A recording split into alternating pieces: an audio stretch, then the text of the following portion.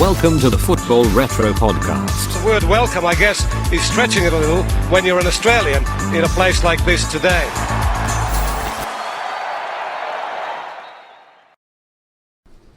Hello and welcome to episode 11 of the Football Retro Podcast.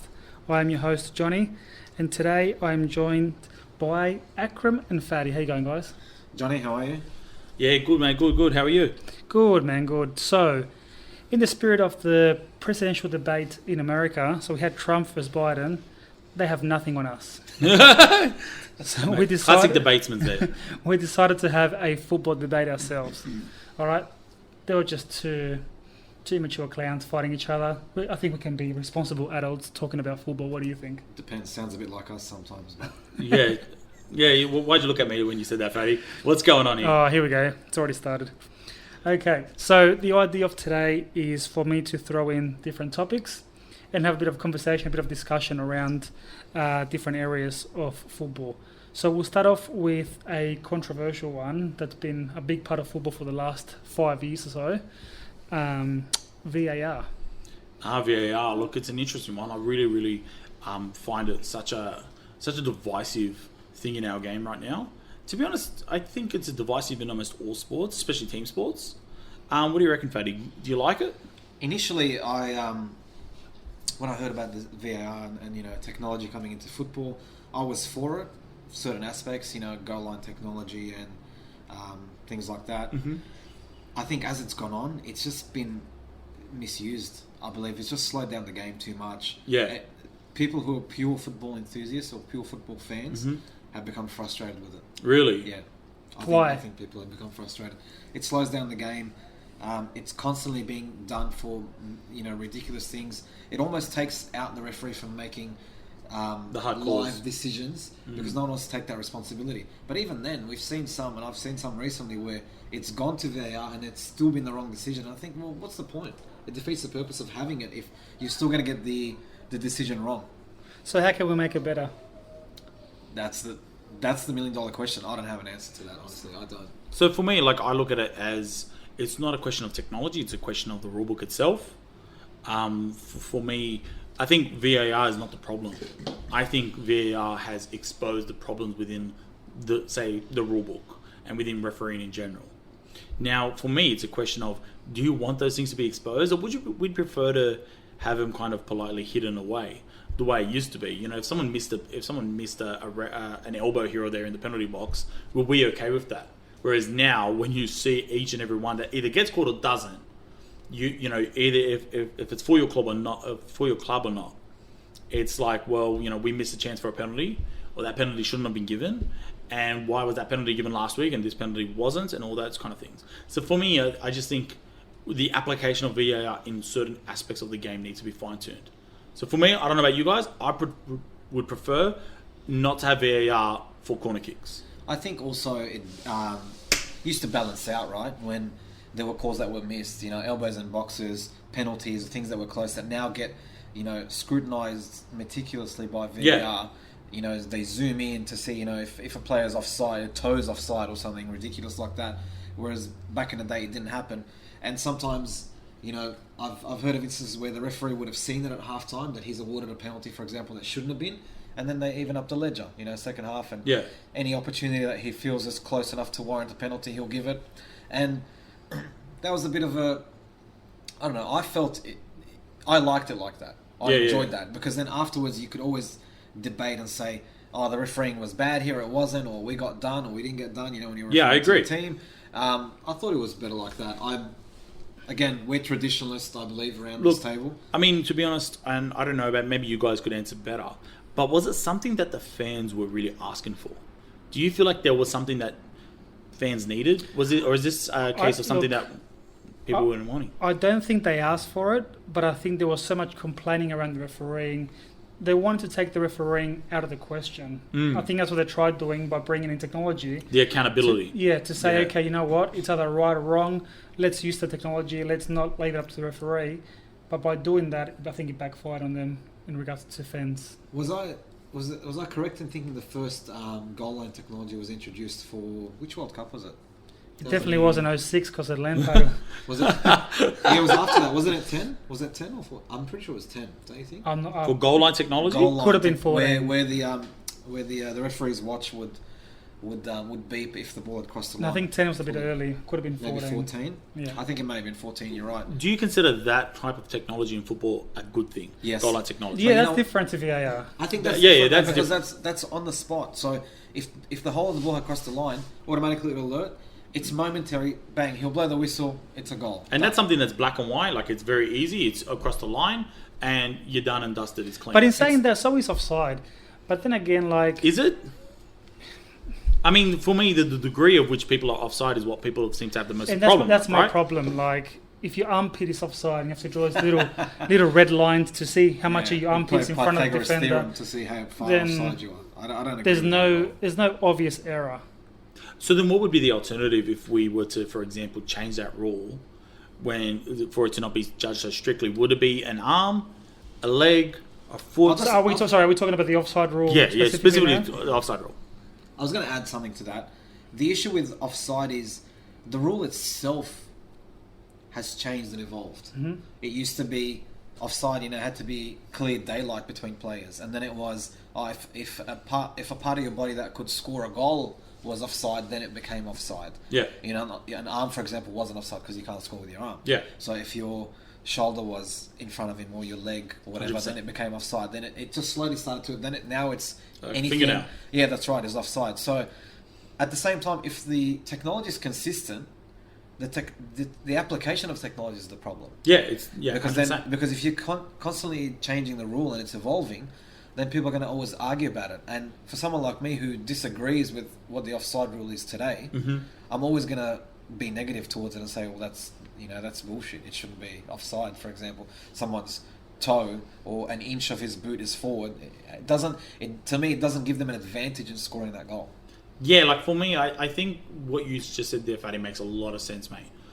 When you are talking about daylight between a player or having a limb that's past the line, but not necessarily one you can score with, like your hand, I think it makes a lot of sense. And I mean, players, and I just off the top of my head, I think of Cristiano Ronaldo. His stride is quite an unusual stride, where his arms are right in front of his body when he's running. Long stride. So then that's a good example of someone who could be completely onside, but because of the way he runs, the way he sprints. But to this day, it's still any part of your body that can score. That's why the armpit is measured. Yeah, but what about your hand? If your hand's in front of him, does That's it count not as offside? no, It's not? No, It's not counted? Okay. No, Well, I'm glad we got confirmation for that, Johnny. no. He's on the ball. To me, Yeah, that's it. to me, the VAR as well. What it's doing, it's taking away the emotions after scoring. Because you score, Yeah. and do I celebrate? Do I Yeah. not celebrate? Is It it delays valid? it. Is it? And then you mentioned about the time it takes to review something. Yep. You shouldn't take 3 to 4 minutes to come up with a decision. You don't know what's happening. Look, I'm going to talk about this on a personal level. Correct me if I'm wrong, but I'm fairly sure that VAR in its current form, being completely utilised for every part of the game, was first introduced in the A-League. I think we're one of the first ones to trial it. Yes. We were the first league to introduce it, if I'm not wrong. I'll check that later. But we experienced that firsthand attending games. So, as Johnny mentioned, the euphoria of celebrating a goal in the moment, after the first couple of times that we realised this is what happens, because there was ambiguity around surrounding the goal or how it happened, or if there was a question of offside or foul or in the build-up play, something like that. So every time the ball went in, it was a half celebration, half muted. You didn't know. Then the VAR popped up on the big screen. Then you were dejected and had to wait for 2 to 3 minutes until it was checked, and it came back and it was a goal. But then you didn't celebrate after. You're like, oh, you were relieved. Okay, yes, it's a goal. So it took away from that spontaneity of football. Football's a very spontaneous game. Yeah. No stoppages. It's very free-flowing and quick, as opposed to other sports like NRL and NBA and etc. NFL. A lot of games like that where there's a lot of stoppages. That was the beauty of football. The flowing, the back and forth. 100%. That's getting lost. VAR is affecting that in a negative way. And then as a fan, your euphoria for a goal was replaced with relief, which is a lot less fun to have, isn't it? That's right. 100%. Look, to me, and I've said it to you guys in the past, take the responsibility away from the referee. Let the referee do his job, her job, Yeah. and then if a player wants to challenge it, like in tennis or any other sport, give a team I don't know, 2 challenges a half or 3 in a game, and if you get it right, you hold on to that challenge. And then if you're not happy with the referee's decision, then you challenge and then VAR comes. But if you're going to check every second decision you make because you're unsure and you don't want to stuff up, it's taking that. Can I ask, and like, let's just like look at the A-League. On average, how many games or how many times per game does VAR intervene? On average, once a half, twice a half? It depends on the game, but there are games where it's too prevalent, it's too much, that it's too obvious. If it's something that pops up where there's a lot of debate and you're like, oh crap, we don't know if this is right or not, and then VR pops up, you're like, okay, fine, there's someone that's going to review it and sort of adjudicate on it, and that's fine. But it's too frequent, and a lot of games are too frequent, and people start to believe that it's being preferenced towards certain teams. Sydney FC. Yeah, you said it before I needed to step in. But look, I like Johnny's idea about I agree. I like that a captain's point too. challenge. I reckon 1 per half for each team is enough, because then that gives you a maximum of 4 per game, which that would probably be quite a lot. You know, it could take anywhere between 8 to 10 minutes. Exactly, but at the same time, we're not saying that you would have 4 per game. It's just that you could use it, right? So I do like that idea a lot. So for me, it sounds like when it comes to it, it's like one issue is how often it involves in our game, and when it's used. Well, the other issue, and it might not be VAR specific, but the handball rule that's now present. Yeah. It's bullcrap. Tell us the handball rule again, because I'm sure that people will be like, okay, they're uncertain of what the rule is. It's changed so much in the last 3 years that I'm confused. Saying. So apparently, if the hand is or the arm is not in a natural position, and you're making yourself bigger in order to stop a shot or inside the box, and the ball hits your hand or your arm, then it's a penalty. Am I right? Which is different to what we were taught. Ball to hand. If you're really close and someone takes a shot from half a meter away, shooting at goal, and it smacks your hand, unless your hand's sticking, if your hand's down beside your body and it hits your hand, it's not a penalty, or it's not a class as a handball. Well, my argument is whoever made up this rule. For example, last week I think it was the Tottenham game. A couple of weeks ago, maybe. Yeah, I know which one you're I can't remember who they're playing against, and it was a long ball. Last minute of the game, they were winning 1-0. Last the ball, Newcastle. Long ball. It went behind the player. He had his arms open because he was falling backwards, obviously. The Newcastle player headers the ball, hits the back of his arm, penalty 1-0. From behind him, yeah. Like, to me, it's an unnatural position if the defender, had his arms by his body. Falling backwards. Whoever jumps up for a header or falls with the arms by the side, to me, that's unnatural. Now, if you're jumping up with your arms spread open because you want to make yourself bigger, stop a shot, different story. But if you're going falling backwards and your arms are out of your body, that's a natural position to me. Yeah, 100%. I agree. But that's being used so much. It didn't happen with the Tottenham-Liverpool final in the Champions League as well. That's right. Yeah, that's right. In the World Cup, it came up a fair bit as well. Do you find that penalties are there's a lot more penalties? But because of things like this. Yes, I agree. Any little tiki-taka fouls in the actual penalty box. For me, that's why I don't think corners are a good one. Obviously, goal line technology, but for a corner, there's so much jostling, there's so much pushing and shoving in there that I reckon you could probably find something to make a case for a penalty every corner. One of the solutions that we spoke about, I don't know if I brought up live while we were recording or off the air, about the handball rule, was why not bring back indirect free kicks inside the box? If you want to stop the play and say yes, it's a handball, okay, let's bring back the indirect free kick inside the box. If you're going to make penalties that common, exactly right. When did the indirect free kick rule actually cease to exist? It feels like it's been decades since I've seen one. Is it no longer here, or are they just not using it at all for anything? I don't recall the last time I've seen an indirect free kick given. Obviously, when I say indirect, it's going to be in the box, because anything outside of that, you can shoot for goal. Yeah. Technically, the rule of an indirect free kick was you couldn't shoot directly for goal because it wasn't a goal scoring opportunity, right? Whereas a direct free kick was you were prevented a clear goal scoring opportunity outside of the box, which enabled you to have a direct free kick. Yeah. This is why the indirect free kick came in. Okay, it wasn't a goal scoring opportunity. It wasn't a goal scoring opportunity, so it became indirect. And that's why Johnny's saying, in the box, it's not a goal scoring opportunity. For example, to use the Tottenham example, it hits the player on the back. The ball's not technically going towards goal or a threat to go to goal. It's just hit his hand in the box. indirect free kick. So VAR, yes or no? I mean, I would like to say no, but do we even have an option? I think it's a yes, only because, I mean, we're at a point now where I think fans, if you took it away, and to be honest, is it, Johnny, like, sorry to deviate, but is it a question of fans and the media just having so little trust in the organisations that govern the game? That's To part of it. FIFA and UEFA, where, you know, a club gets a penalty and automatically assume, well, because it's a big club, they're going to get the favouritism, right? So if you were to take VAR out of the game, would that only increase that suspicion? That's part of it, but like Fatty said, on the other hand, you can have a VAR and still question and still benefit certain teams. And there's still questions happening all the time now, I guess, eh? So Yeah. when I say VAR, yes or no, to me it's a yes, but. Yes, but changes need to happen. I'll say no. I think it's not going to hurt to go back to how football was. No one's going to get frustrated and say, oh, it's worse now. Goal line technology, I don't know if you want to call that VAR. I would leave that. But everything else in terms of penalties, in terms of things just popping up during the game, should be left to the referee's discretion, I believe. Referee's discretion, and it is what it is. These things, you've heard it being said by a lot of managers, and even though they get frustrated with certain results, post-game, they'll always admit this. These sort of calls always seem to even themselves out over a season. Yeah, fair enough. And that's how it is. I think that's just when they say you get the rub of the green or not. Yeah, it just happens. I think it should. I'm a traditionalist when it comes to that. Yeah, I enjoyed that aspect of it.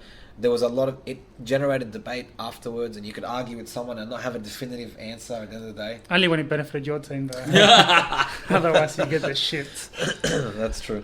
All right, that's VAR closed. Next debate topic. So, loyalty. The whole argument about a player staying in a club and being loyal to the club or going out there looking for challenges. The case of Gerrard, they have the chance of going to Real Madrid but wanted to stay. Yep. Yeah, Totti had the chance of leaving as well and wanted to stay. Even Batistuta, who to an extent, but yeah. Fiorentina, he stayed there for a long time, and then when he wanted to make a move, he didn't go to a huge club. I'm nothing against Roma, but he said it would mean nothing for me to win a trophy with Real Madrid, but it means something for me to win a trophy with Roma. Yeah. So what is loyalty? What do you guys feel about loyalty?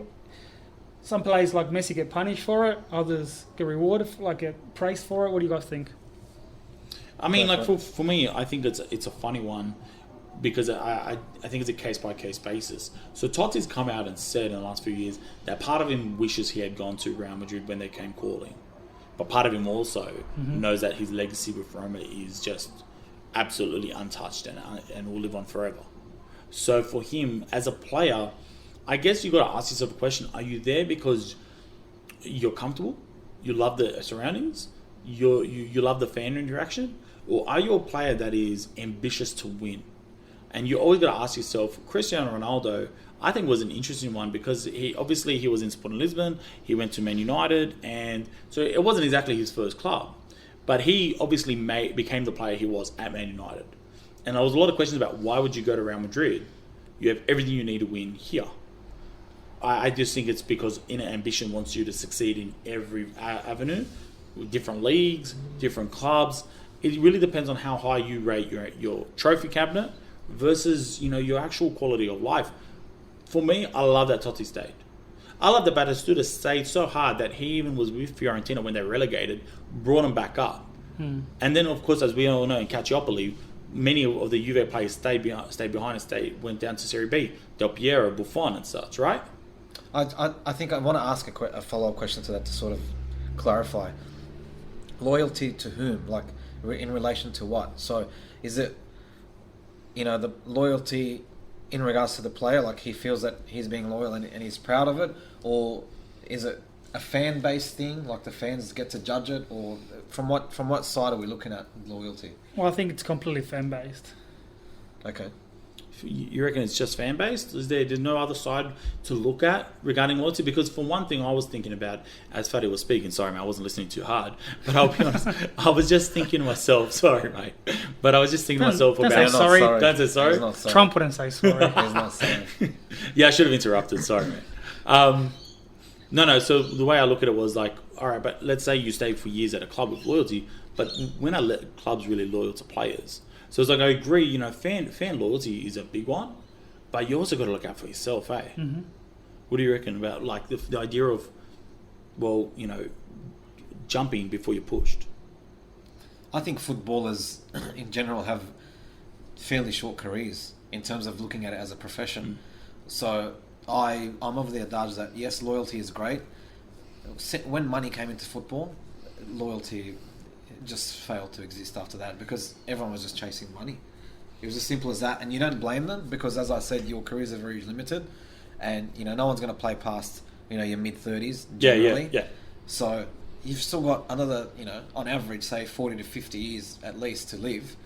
What are you going to do for that time? You're not going to keep playing sport. You've got to have something else. So if you haven't set yourself up, so I like the notion of loyalty is very grand and it's nice and it's fairy tale sort of thing. Is it realistic? I don't believe it's realistic. It was realistic back in the 90s because there wasn't the money there. So you could have a loyalty to a team. I'm loyal to these colours. I'm loyal to this team. The hatred of the opposition or the rivalry and all that sort of stuff. That's fair enough. But nowadays you see it. But, Madrid to Barca, Barca to Madrid, Man United to Man City. It's all business, right? It's... But I mean, like, even in the 90s, it did have to happen eventually, eh? Because, I mean, Sebastian Veron was played for Lazio. Mm-hmm. No, first Parma, right? Parma, correct. And they were pretty successful, but eventually the money does come calling. And I think that Parma team, by the way. Yeah, oh mate, 99. Yeah. Was it 98, 99? UEFA Cup winning. Thuram, Cannavaro, Buffon, Veron, Santini, Crespo, What a team. Chiesa, and that's what I mean. Where like nowadays, I would love to see these kind of clubs who aren't big but have loyal players, and it's like for me the question has to be how much money is enough in your career. Someone like Cristiano Ronaldo had all the money he needed in the world with Man United. Going to Real Madrid just took it up a notch. So it's like, I'm not trying to criticise him, but I would love to see players a bit more loyal to their club and their fan Yeah, but base. that's also a lot of marketing and endorsement sort of stuff. So if he doesn't make that move, he loses a lot of that endorsement stuff. So because with a move, and it's so publicised and big, Man United to Real Madrid, that was the talk of the thing. It was, yeah, 100%. Cristiano Ronaldo leaving Man United was a massive thing. So he leveraged that. And he leveraged all the sponsorship, the promotion money. Yeah. He probably makes more money off the back of that stuff than he does with his actual wages at Real Madrid. 100%, but it's like, but that's the thing is like it's not so much about the money that's left on the table, but it's just more like how much money should you have until you're satisfied and play for other reasons. That's individual because you can also think about your kids and your grandkids and you say it's individual. You say it's individual, and I hear what you're saying. I totally agree. But at the same time, what I'm referring to is like, if it's individual, then why are so many players doing it these days? We don't have enough going clubs. To China and going to... Yeah, we don't have enough players who are just sticking to the smaller mid-tier clubs. But I understand where you guys are coming from. It's unrealistic to expect that of a player who plays for a Fiorentina or a Parma right now. Like, we got a great example right now. Federico Chiesa is leaving. It looks like he's going to leave Fiorentina to go Juventus. Now, I look at that and I scoff because Juventus doesn't need another right winger. They just had a player from Fiorentina, Federico Bernardeschi, that did the exact same thing and barely plays. So for me, it's like, where's the motivation besides the money? It's just the money. Yeah. It's because they can. And Real Madrid did that a lot. Oh, yeah. Real Madrid did that it's a lot. financial. I mean, Boca and River do it all the time. They take Yeah. place off each other in the transfer window. Because you affect that team as well. You're crippling Exactly your rival. right. Exactly right. Yeah. But so that's another thing I hate about it though as well, is that why does Juventus? I don't like the idea, and I mean I get where Juve is coming from, but you're just sopping up every Italian talent that comes through. Like that's where I criticise league football, especially in the top 5 leagues. Do you think they look at the national team though? Do you think they care about how it affects the national team? I'm not talking about the national team. I'm saying that any kind of rival team that brings up any talent, and I shouldn't just say Italian talent, but any talent within their league. Look at Bayern Munich, just sopping up Dortmund's players, siphing off the competition, right? That's why I get so critical of leagues. And it's like, the responsibility is not on the player, because I get it. The player has to look after their own. They're ambitious. I get it, but I just, like we talk about, the financial fair play, right? Mm-hmm. So financial fair play needs to have more of a role in transfers now. It doesn't exist. I think it's a massive loophole and a facade, because it happens, it comes up, it's mentioned, and then the ban is in effect for a number of months, and then it just after that it vanishes. It doesn't exist anymore. So when I say money in football, what comes to mind? Money in football. what comes to mind is clubs getting bought out by billionaires and all of a sudden turning into Foreign money competitors, just coming in. turning into competitors. For me, it first. I really started to see it first with Chelsea, because I'm an Arsenal fan, so I used to watch the Premier League a lot. Mm-hmm. And it was Arsenal, Man United, who were always up against each other until the Abramovich era. Chelsea came in, and it changed the whole dynamic of football. Because then people realised that for us to compete, Yeah. we need to start And spending Chelsea that was kind of really money. like the first club, right, to bring in a billionaire to come in and just transform your club, right? Yeah. Yeah, there was no club before that, was I it? can't think of anyone that's had such a big impact. Yeah. I'm sure there has been. In so many ways, Roman Abramovich Yeah. transformed football. I mean, Real Madrid always had it. The Real Madrid have it, but we have different means. A little bit more corrupt here or there. Let's be honest, a little bit more banks in the pocket. Do you work for them? Or? Mate, no. Once are Real you- Madrid, always Real Madrid. Are you a paid member? Dude, this guy's been saying we all. This guy's been saying I'm we saying all we with podcast anything. for Arsenal, man. I didn't say we. Sorry, that didn't answer my question. Are you a paid member? No, I should. Okay. I should. That was a good idea. Yeah, just contribute to the next Zidane. Next Cristiano. So Chelsea did it. Now you've got Man City. Now you've got PSG. Now you've got the German team, which is Leipzig, Yeah, RB Leipzig. which caused a lot of controversy amongst fans. Yeah, because they were created out of nothing, so people think they're fake. They don't like them. Yeah, and they got a sponsorship attached to their name. Yeah, With the army. Red Bull. That's Yeah. right. But also Germany, where it's a league where I think majority, if not all, but the club are owned by the members. That's right. Yeah, that was something that was, very attractive about German football. And the idea was floated to an extent. I mean, when I say floated, it was just touched on briefly with the A-League and specifically the Wanderers in terms of a membership setup where the fans sort of had some sort of stake ownership in the club. Never eventuated. I don't think will ever eventuate. I mean, they probably wish it did now, considering the state of the league, but that's another topic. Mm-hmm. So for Germany, as he said, it's a very community-based thing where your club is your club, and then to create a club out of just money. So they were very critical of it. They didn't And I like mean, that. like, it does really work out for Bundesliga. Bundesliga is one of the most financially healthy leagues, with their debt being the most controlled. However, we could always criticize Bundesliga for being very unequal in terms of competitiveness. But applies to a lot of leagues, though. To be it does fair. apply to a lot of leagues, but I always feel like Bundesliga is that poster child for it. I mean, Serie A and Bundesliga have always been Bayern Munich focused. Serie A has always been Juve focused, but even then, like, Serie A wasn't so much before Calciopoli. There was a lot more parity with the top clubs. Bundesliga has always been a You had Bayern Munich. AC, you had Inter. Yeah. You had, Lazio, Milan Roma. clubs, Yeah. Anyway, but like when you talk about money, what we were talking about was like the foreign investments. I feel like, and we'll just touch on it, financial fair play. So financial fair play, the idea is you're supposed to only be able to spend money that you have coming in through legal means and through legitimate means. What we're seeing is that too many clubs are getting bought out by giant multinational companies, more than just one person. When you say an owner, right? Who owns Chelsea? Roman Abramovich. Who owns Man City? What's the guy's name? Some prince. It's some Sheikh prince. Abdul Habibi. whatever. And because he's a prince and all the companies that he's under, Man City are technically a subsidiary of that company, right? Yeah, And I mean, I could be wrong. They're part of the City Football Group, aren't they? that's right. But I think they are not a subsidiary of the prince's actual I'm not foreign sure. companies. I'm not sure about that, but the reason why I bring it up and the reason why I believe that is the case is because what they do is they funnel funds through these clubs and then mislabel it as profit and revenue generated by the club, which is how you get around FFP. But they also do it. They use the loophole of loaning players between the sister clubs that fall under the group to get around that. Case in point that we saw here as well. Aaron Moy plays for Melbourne City. Sorry, got signed by Manchester City and loaned back to Melbourne City, who's his, technically his parent club, which they all own each other. You know what I mean? So it was just a way to get around that loophole. So then Aaron Moy was playing for Melbourne City, but he evaded the salary cap in the A-League because It was a loan from a player. you know what I mean? With his own company. And that's the kind of stuff I'm talking about. That's when we talk about money in football, it's all these loopholes that just, I don't know, if you ask me, there's just too many loopholes and it's too easy. So for me, I just that's where I always have an issue. One example of a healthy opportunity with investment in football is take Fiorentina. Rocco Commisso is in charge of a Mediacom, multinational company, media company, a billionaire. But so far, it looks to me that he's following strictly by the rules of FFP, and he's trying very carefully not to fall afoul of it. I don't know why. I mean, it's very interesting to me. So the investment that he's put into it is very limited. However, I do like to point out that Fiorentina's sponsor on their jersey, which they didn't have a sponsor for ages, I believe it was like Save the Children or some kind of charity for a long time, but now it's Mediacom. Go back to Nintendo. Or 7-Up. Yeah.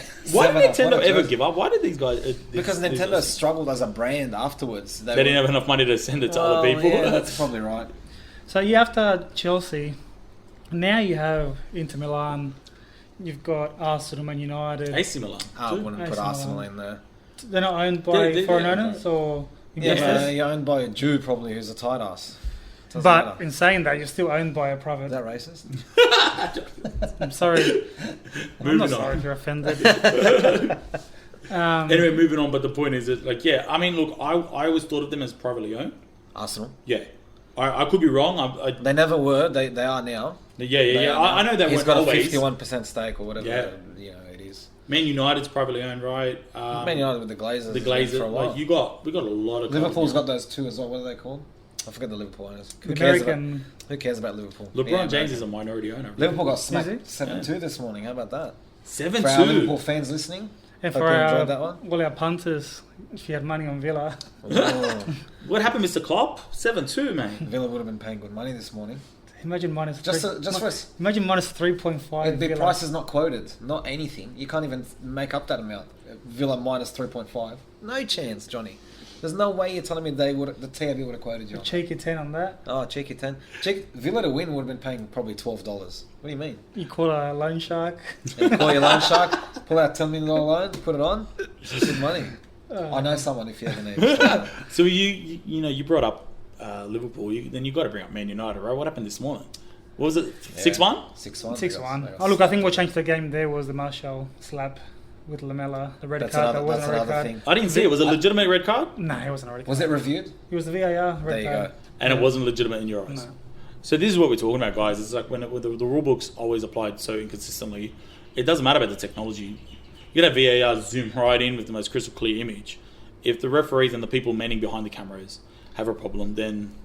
But that's what it is. It becomes subjective, right? So it's not this AI technology that gives you a definitive black and white, yes or no. At the end of the day, it's the referee's interpretation that's in the media box that's reviewing it. Yeah, Same 100%. thing. So what's the difference? All he's doing is he's seeing it slowed down, zoomed in from 3 different angles, but he's still not giving you the right result. So And I mean, like, you might as well just go back to how it was. There was a lot of discussion about this in the National Rugby League here in Australia, and I'm sorry to deviate from the point, Johnny, but I always think about that because they spent $1 billion on that bunker full of the state-of-the-art technology.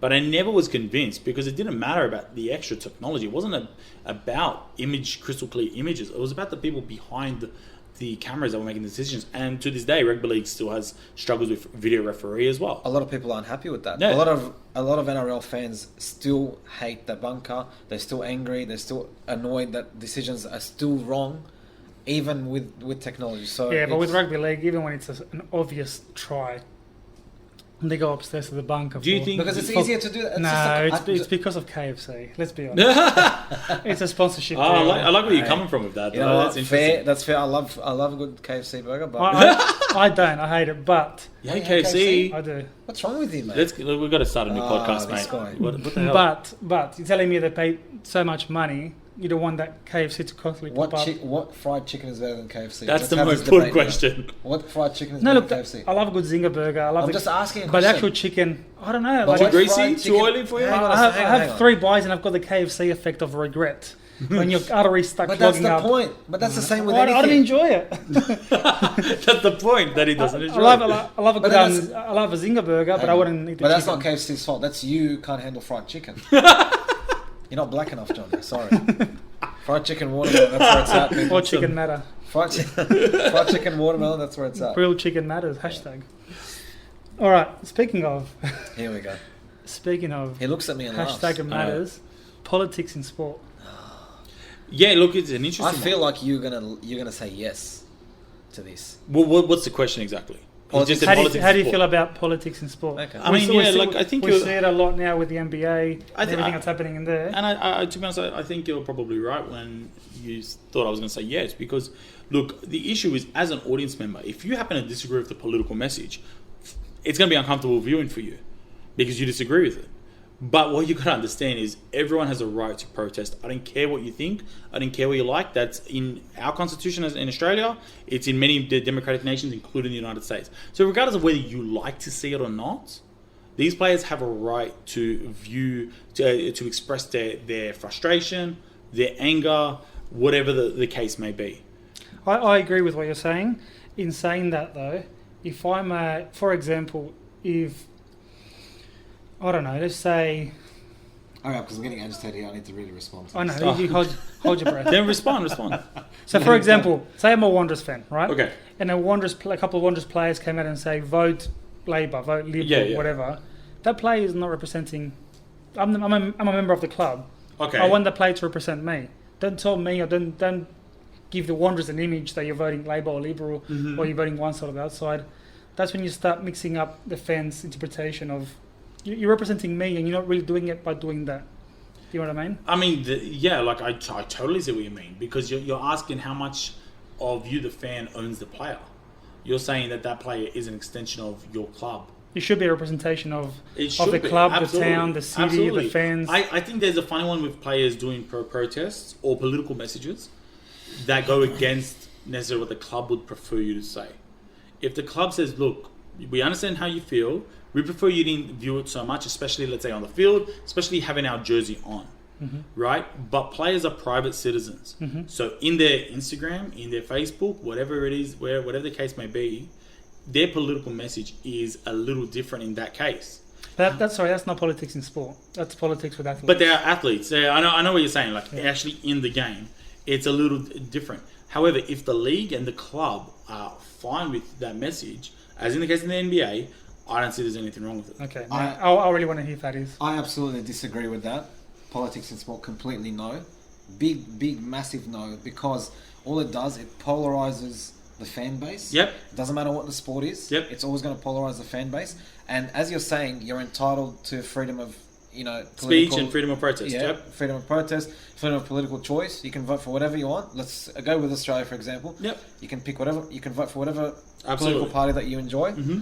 Why should a league align themselves, or a sport align itself with a certain, or have a certain political leaning, Okay. right? Yep. And enforce that or push it? All it does is going to alienate fans. Mm-hmm. I don't think it should be the case. Now, your other point where you're saying that they're private citizens, they should do what they want. Absolutely. Okay. Fly whatever flag. But you like want. Johnny said, that's a different conversation. That's athletes and politics. That's And fine. we're talking about politics in sport. Okay. Fair within, enough. I see Within where you're coming within from. the sport, I say Yep. no. So, for example, what's happening in the NBA now, I don't agree. Every player is entitled to say what they want to say, but when the league starts to push a certain agenda, this is when people start to turn off. And people start to say, well, I don't agree with this, I don't agree with that. And then it becomes a grey area, and you start to have arguments. You start to argue with fans within your own base. Yeah. I believe sport is what unites people of different backgrounds, cultures, races, religions, whatever it is.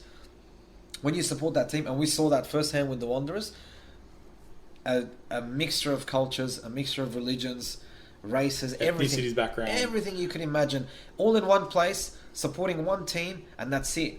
And we had a very strong, no politics message in our supporter base, supporter group, and it worked very well. It worked very well. As soon as that started to creep in, that's when you had issues, you had cracks, because that's the best way to divide and polarize. Well, I think, sorry to cut in, the NBA is suffering with that now, with the lowest viewership in a long That's time. had for years.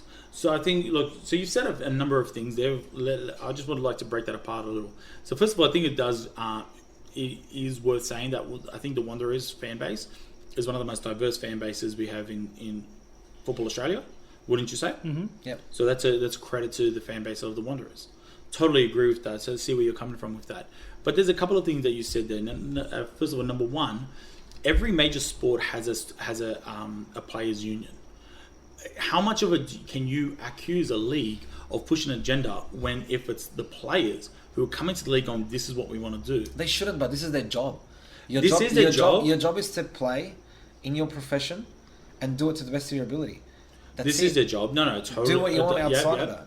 So, for example, if you work in a cubicle and you put a political message in your cubicle on your computer, and it's not like an inflammatory thing, it's just a picture of Joe Biden. That's not public. But I'm not. But that's I'm not public. But but that's your job, right? There's no fans. I don't have people looking at it. You're saying it's in your own computer. That's not a comparison. A comparison It's would in the be workplace a for that, comparison would be for teachers to say from now on I want to go into school and tell the kids about a certain to vote a certain way, for example. That's Okay, so what you're saying there, though, the problem I have with what you're saying there is that that's children, there's the minors, and there's a difference between you You're displaying splitting hairs now. No, I'm not. I'm not. You're displaying an image or a message versus teaching it. so you're saying no kids watch the NBA. I'm not saying no kids watch the NBA. You know what I'm saying. I don't like when you guys pretend I'm splitting hairs. It's different if LeBron James gets in the middle of a game and talks directly to the camera and says this, and this, and this. That's not what he's saying. He's saying his message is about this. There's a difference. That the comparison for a teacher would be if LeBron James looked you in the camera and said, "Do this, this, and this, and this." That's the comparison. What if all teachers wear a political message on the? Well, for me, if teachers were to do that in a school, then teachers would need to get the approval from the principal, from the Department of Education, that's what I'm saying. and the community. And if they do, because in sports you don't get approved from the community.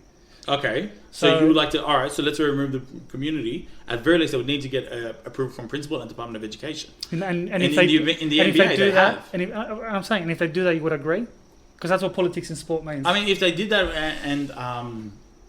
and would I agree? Honestly, I'm not sure. That's an interesting wrinkle of this thing. That's an interesting way of looking at it. Okay. However, I would have less of a problem if the school Department of Education were on board. Right. So anyway, then the next thing that, like you said, Fatty, regarding sport and unifying people, what you're saying is also that the fans matter more than the players, because the players also have a right to their own feelings and to be able to express that feelings. You're saying that all it does is divide fan bases, right? Not the platform to do it. I believe. I don't think that's the right platform. I think that's unjustly using a public platform to leverage your certain view. But it's not a public platform. It is. No, but it's if you're doing it in the NBA, league, A-League, if you're wearing clubs are privately owned. it's a public platform. No, okay. Let me ask you a question. So if players line up before kickoff to take their photos or whatever, and all open up their training jackets and says vote whoever. Yeah. I'm not even going to say whatever. It doesn't matter. Yeah. It doesn't matter. Whatever it is. You're just saying and vote. Okay. What would you say? Let's assume it was. Let's say they all believe in some far right, political party, and put that. They all said vote Hitler, and you would be like, that's what I'm saying. That's where do you draw the line? I understand everyone's got that opinion, and they're entitled to it, and they're entitled to do how they want. But there are certain things I believe are sacred, and I think sport is one of those things. It should be sacred. Politics should be completely out of it, because people are going to have different opinions. People are going to argue over certain policies and things, and people that they don't like. I hate Trump. I love this guy. That's how it's going to be. It's let me not going to end. Let me ask you guys this. I don't know the answer. I'm just generally asking you. Okay. Berlusconi's involvement with AC Milan. Yes. Was there any politics involved in that? Did it have any? Of course. But that's a slightly different issue, and I think you're taking it to a level where I think clearly there was a problem there. But because that was the Prime Minister of the country, also privately owned in the club. Berlusconi was basically a pimp. Let's just say that. I love that, yeah. And I mean, look, let's be honest, we found out there's been a lot of corruption scandal within Serie A football, within the Italian Prime Ministership, and with AC Milan, which has severely hurt all three things. So I think definitely, in that case... That's a bit different to what a public leader... The politics in sport. Yeah. Did he have any influence in that regards? What do you mean? Yes, he does. Of course he did. In terms of but we're not talking outcomes, about. We're not talking result outcomes. In regards to pushing his politics. Of course, 100%. Totally agree. I agree. But that's different, because that's someone who's taken public office, and who also privately owns a club. Any kind of company. In Australia and in the United States, you're not allowed to own your companies. You have to divest yourself of all financial interests and private interests. They say do it, but I mean, how many people really do it? Throw that disclaimer in how many do it? Donald Trump. How many people do it, Mr. Trump? How many? I don't know. But the point is that you are supposed to do it, and I don't know if Italy is the case or if it's a little less rigid over there. But I do know that Berlusconi's prime ministership and his presidency of AC Milan carried a lot of corruption, and there was a lot of issues there for Serie A football in general. So I totally agree. All right. Next fiery topic. Next topic. I like seeing Fatty get fired up. This is a guy. This is a Mr. No Offense guy getting fired up, mate. Next topic. Let's just say the last 15 years, if you have to compare two leagues, how would we compare the Premier League versus La Liga? And we can even throw Serie A if you want in there. Serie A would be a third. A far third, right? Yeah. Would you say a far third? So would you say be a distant would third? you say La Liga? Depends what year we're talking. What are we talking about? Last 15. 15 years. So from 2005. That'd be third. So you say La Liga and Premier League are the ones that you'd battle that out? Absolutely. Would it be top 2 in the world? Yes. Yeah. Well, let's discuss that then. Okay. Yeah. So anyone who wants to start? Sorry, we had dead air for a second. What are we disputing here? Which one's better? Which one's better and why? What's your argument behind it? All right. So enlighten us. Everyone's a bit of a enlighten. Yeah, man, no problem. So to me, I think look. There's been a slight fallacy there with the Premier League being much more competitive. I think Leicester City winning has been a bit of a token saying, look how competitive our league is. My problem has been though that every year it is essentially the same 2 or 3 clubs. However, we had a fellow speak to us just about half an hour ago, Mr. David. And shout out David Mersey. Yeah, 100%, mate. Didn't have the balls to stay and speak in front of the microphone. He really would have loved to hear his opinion about it. He was very shy. He had to run home though. It's all good. What I noticed though with what he said was how competitive is a league if sure you come second but you're 15 points behind. However, I feel like in the last few years, Premier League has seen a few of those seasons where the people are 10, 15 points behind. In La Liga, mate, there's a duopoly. No problem with that. Barca, Real Madrid, with Atletico Madrid trying to pip them once in a while, never usually succeeding, unfortunately. And if you had said 20 years, I think this conversation would have been a little bit more interesting because Deportivo La Coruña and Valencia both were a lot more successful from 2000 to 2005. However, I feel like you guys have a much better case for Premier League. You guys. I'm the moderator here. So you're the moderator. Mr. President, sure you are. Mr. President, please stop interrupting. So now he doesn't like you've confined him to certain parameters. So now he's saying that it's not. Yeah, I don't like it. That's what I said. But I also love how the moderator goes. The moderator goes, no genuine answer here, just a genuine question. Yeah, sure, mate. We'll hear your opinion. Or are you going to abstain from this opinion as well, Johnny? I asked the question. So, mate, Fatty, tell me why I'm wrong, mate. It's not technically wrong. I think there's different ways to judge it. Okay. And a lot of people confuse, a lot of people say in a basic term, which is the best league in the world, right? Okay. Whereas there's other things to it. Do you enjoy a more exciting brand of football or a more technical side of football? Okay. And that's when you can't compare. You're comparing apples and oranges, right? Two different things. Technical, you'd have to say the Spanish league.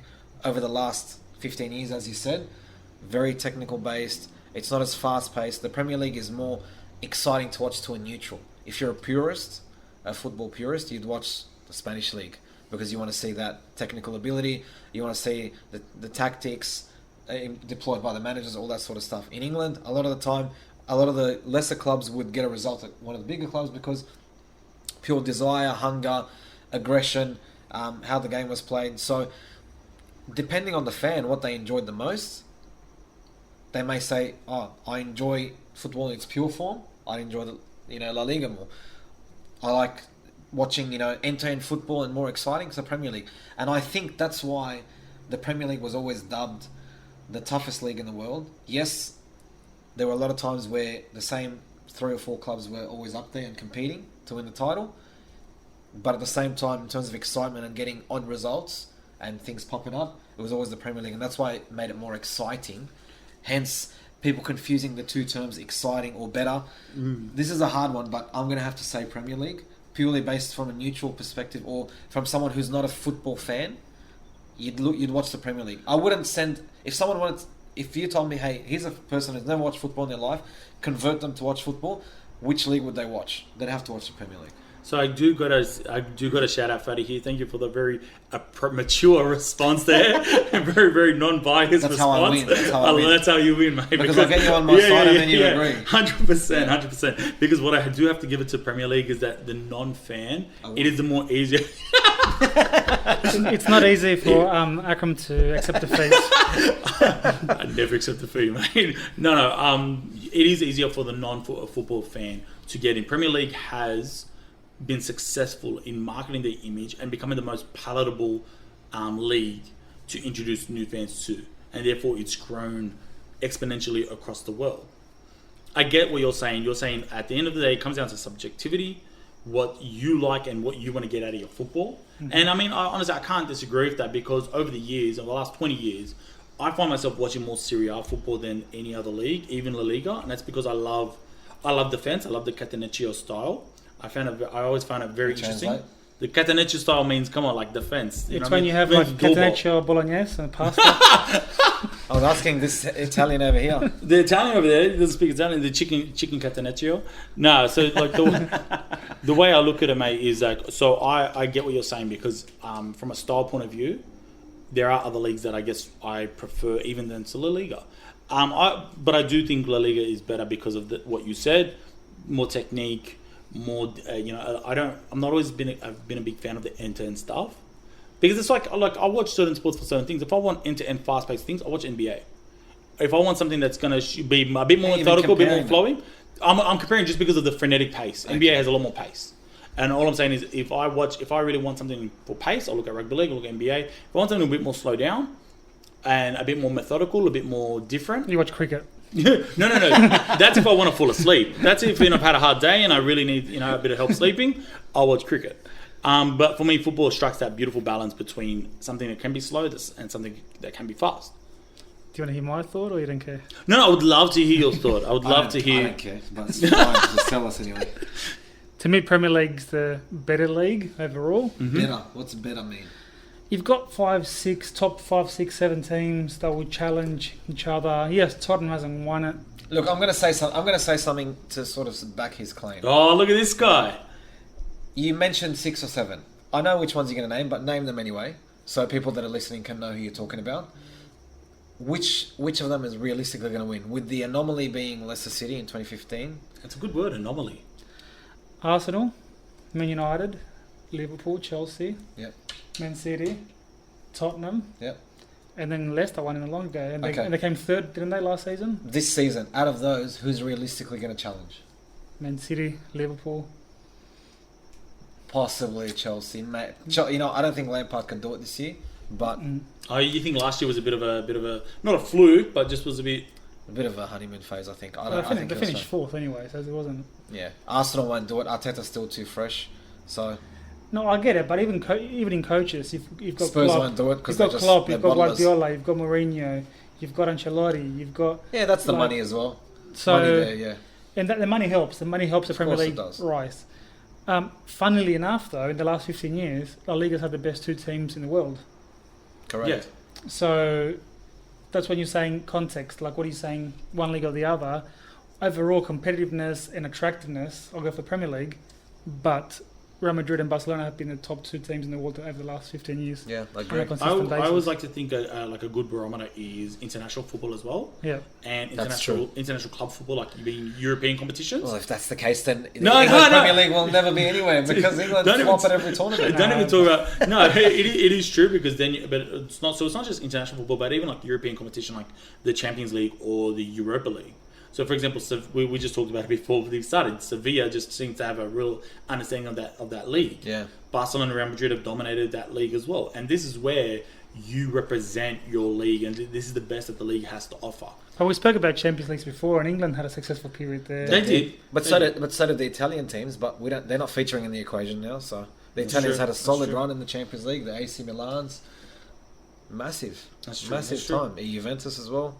Inter. I think it was very telling though last year when Sevilla knocked out Man United, which feels like something that happens every couple of years. And I said that's Sevilla. Where would Sevilla rank in La Liga? 3rd, 4th, 5th? But and by how many points differential versus Man United? You mentioned national teams as well. The Premier League's have become so diverse now that. That's true. Here's a question out of the ordinary. When was the last time an English player? Who was the last English player to be successful outside of England? Well, that's the other, as I was going to bring up next. The fact that English players don't leave England. That's right. Is that a testament to the league, or is that just a reflection on English players? I think to it's the money. I think it's a reflection of English players. I don't think the English style player suits such a technical game. Like, I mean, Yeah. I think of Jonathan Woodgate at Madrid. Yep. Owen Hargreaves was that Bayern Munich. He was at Bayern. Steve McManaman was at Madrid. McManaman had an up and down. I don't know. You'd probably know McManaman more. had a look. Look, how talented would you have said McManaman is before take clubs away? Was he ever going to be a superstar? No. So then, if you look at it from that point of view, I think he had a successful run with Real Madrid because he was a good role player. Yeah.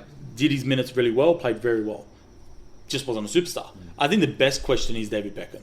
Because David Beckham had all the world on him. Well, what did he come second or third in Ballon d'Or a few years before moving to Real Madrid? The guy was the number one superstar moving to a big club. Yeah, he played in every league. He played in England, Spain, Would you consider his AC run? Milan, played in France. See, the AC Milan run is so interesting because would you consider his run with Real Madrid successful?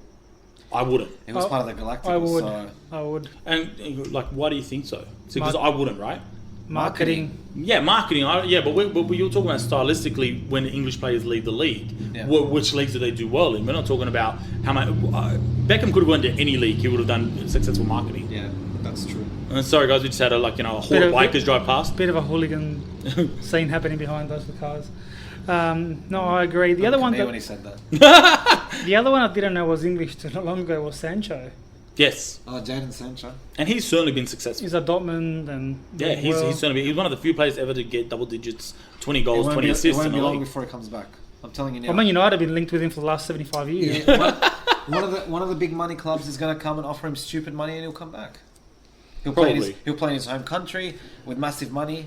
That's an example of a player I would love to stay with Dortmund because Dortmund has Jadon Sancho. Everyone's like, oh wow, superstar. All of a sudden they got Haaland.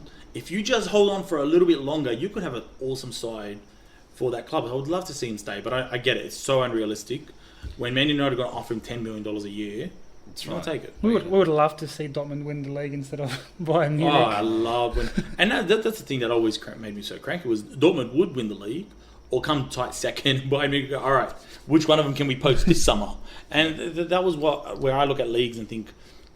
So if let's say you had a superstar player, one of the best of all time, played in Bayern Munich every year, how much do you really value 5 Bundesligas? Yes, they still have to do it, but football has become so unequal, especially in modern times. Yeah, but look at the teams they had. You had wingers, you had central midfielders, and they were all world beaters. You had the Riberys and the Robins and the Thomas Mullers, and 100%. it's a complete team. It is, but it's a complete team still in a bit of a fish pond versus the ocean when it comes to the quality Bayern Munich have versus the rest of the league. And so for me, I feel like that holds back a player too much. So what did we say in the last 15 years? Did we say Premier League or La Liga? Well, what do you reckon, Johnny? I think Fatty I says... said Premier League. I said Premier League. So look, I lose once again, guys. That's okay. I'm used to that. No problem. Bit of a losing day for you. Just today? That brings us to the end of the show. Any last words to our audience? End of the show. How long have we been going on? That felt pretty quick. 58 minutes. 58 minutes. That's awesome because I do actually have to go to the bathroom, so that's great timing. I do want to say, guys, leave a like and comment, subscribe to the YouTube channel. We really would love to get into any of the discussions that you find interesting from our podcast. Fatty's waiting on the computer, ready to argue with anyone that has a comment to make. David Mersey, I'm looking at you. So we've had a few people actually message us privately and disagree with some of the things we said in the podcast. The number 10, the top 5 clubs. Especially me. That's okay. Even the World Cup stuff. So, really? I would love to hear some people's So instead of DMing us, put it on the Instagram, the YouTube, the Facebook post, start discussing with one another. Call out the hosts if you want to call out Fatty. That'll be fun. 100%. You can't offend us, guys. We're really ready to argue our points and our point of view. I'm ready to argue just for the sake of arguing. So just for the sake. Hit me up.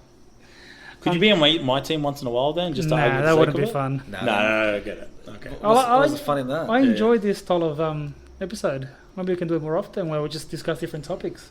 You know what I think? I think it's a setup though. I think the setup looks really better. Like, we're all looking at each other, we're having a great conversation. Fatty forgot that we're actually on camera for the first time. He kept checking his phone.